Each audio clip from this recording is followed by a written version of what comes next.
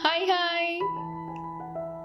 Once upon a time, there were four friends who decided to study and acquire knowledge so that they could become rich by earning money through the acquired knowledge. So they all traveled to a new city and joined a hermitage. For 10 long years, they studied hard and mastered all scriptures in many fields. After studying for so long, they took their guru's permission and returned to their town in plans to start earning money. After traveling for a while, they came across an intersection where the path divided into two. Meanwhile, some rich man had died in a nearby town, and a huge funeral procession went their way. The procession included several prominent people. Remembering the scriptures, one of the friends said, "The right path to follow is the path taken by great men." Thus, they followed the funeral procession. On reaching the cremation ground, the people stopped and initiated the funeral proceedings.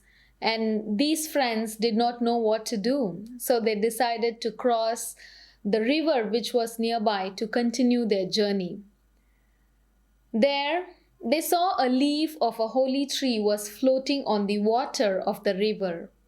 One of them said, "Holiness carries one across the river of life," and he jumped at once on the holy leaf and began to drown.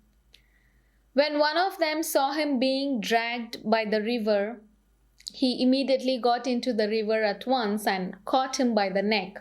But the currents of river were very strong and he was not able to drag his friend to the banks of river. He remembered from the scriptures, when a wise man knows that total destruction is imminent, he would sacrifice half and work with the rest.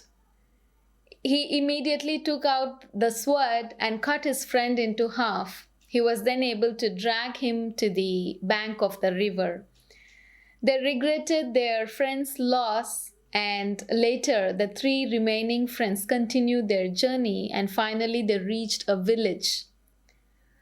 The villagers welcomed them and served them with noodles for dinner. One of them remembered from scriptures, "Long tactics will surely take a man to destruction." Thus, they did not eat any food and remained hungry. When the villagers came to know about this in the morning, they laughed and ridiculed them. Empty knowledge brings ridicule. Those who have knowledge don't predict, and those who predict don't have knowledge. It doesn't matter how educated you are, if you don't act with proper common sense, all the knowledge in you goes in vain. The great aim of education is not knowledge, but the real action. There is a joke on two friends which was voted the funniest joke online in 2002. Two friends went hunting in the woods when one of them collapsed.